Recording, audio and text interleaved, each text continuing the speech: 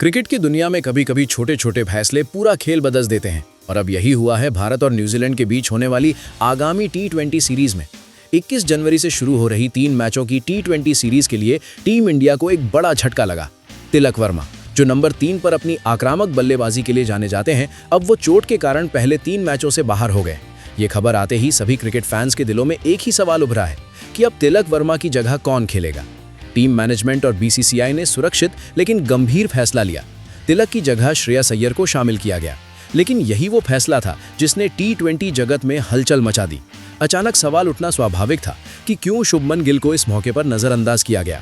गिल, जो कि भारत के ओडीआई कप्तान और टेस्ट टीम के उप कप्तान हैं, जो टी20 में हमेशा अपनी क्षमता दिखा चुके हैं। हाल ही में साउथ अफ्रीका दौरे में भी उनकी भूमिका अहम थी, लेकिन अब न केवल न्यूजीलैंड सीरीज में बल्कि टी20 वर्ल्ड कप 2026 के बड़े फ्रेम में भी उनकी अनुपस्थिति ने कई सवाल खड़े कर दिए। ये बहिष्कार सिर्फ क्रिकेट फैंस ही नहीं, विशेषज्ञों के लिए भी चौंकाने वाला था। ये विवाद शुभमन गिल के टैलेंट या क्रेडिबिलिटी का नहीं है। गिल अपनी तकनीक और शांत बैटिंग के लिए जाने जाते हैं, लेकिन टी20 का खेल अब तेज, आक्रामक और स्ट्राइक रोटेशन वाला बन गया है। तिलक वर्मा की भूमिका नंबर 3 पर आक्रामक एंकर की थी और श्रेयस अय्यर, जो हाल ही में चोट से लौटे हैं, इस भूमिका के लिए सबसे उपयुक्त दिखे। यानी गिल की कमी नहीं, पर टी20 में भूमिका के लिए अनुकूलता की वजह से अय्यर को चुना गया। टीम इंडिया के चयनकर्ताओं ने तिलक वर्मा के विकल्प के लिए क्यों अय्यर को ही चुना और गिल को क्यों पीछे रखा गया? तो दोस्तों, तिलक वर्मा नंबर 3 पर खेलते हैं, जहां उनका औसत 60.22 का है। शुभमन गिल ने टी20 में सिर्फ ओपनिंग की है और उनका औसत 28.03 का है। स्ट्राइक रेट और आक्रामकता के लिहाज से भी गिल नंबर 3 की भूमिका में सही मैच में ही खेल पाते। वहीं श्रेयस अय्यर नंबर 3 के लिए नेचुरल बैटर है। 19 टी20 मैच में इस पोजीशन पर औसत 35.33 का है। आईपीएल में 61 मैचों में औसत 33.41 का और स्ट्राइक रेट 135.03 का। यानी तिलक वर्मा की जगह श्रेयस अय्यर की बल्लेबाजी most like for like replacement साबित होती है। अगर गिल को शामिल किया जाता तो उन्हें बेंच पर रखना पड़ता। ये टीम के लिए ऑकवर्ड होता, क्योंकि गिल मार्की प्लेयर और पोस्टर बॉय है। बैटिंग ऑर्डर भी बदलना पड़ता, जिससे संजू सैमसन या सूर्य कुमार यादव की नेचुरल रोल प्रभावित होती।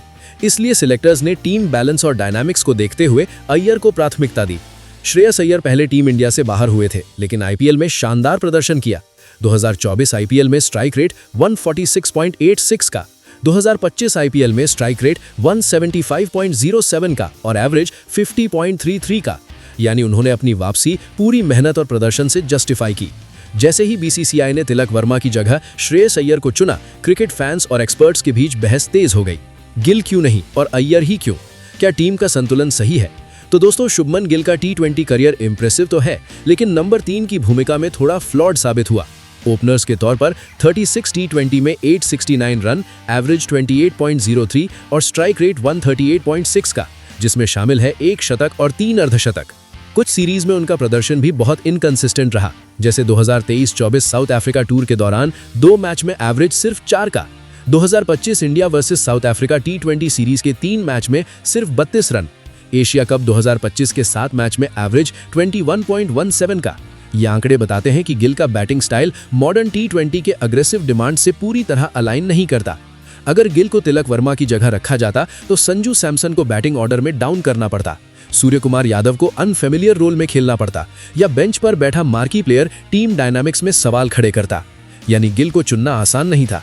सिलेक्टर्स ने टीम हार्मनी और नेचुरल रोल्स को प्रायोरिटाइज किया। श्रेयस अय्यर ने पिछले साल आईपीएल में इतना धमाल मचाया कि सिलेक्टर्स को कोई सेकंड थॉट नहीं था। आईपीएल 2025 में 17 इनिंग्स, 604 रन्स, एवरेज 50.33 और स्ट्राइक रेट 175.07 का। अय्यर की खासियत देखें तो अग्रेसिव येट एंकर रोल निभा सकते हैं। नंबर 3 पर कंसिस्टेंट स्कोरर, टीम के मिडिल ऑर्डर और फिनिशर्स के साथ नेचुरल कॉम्बिनेशन।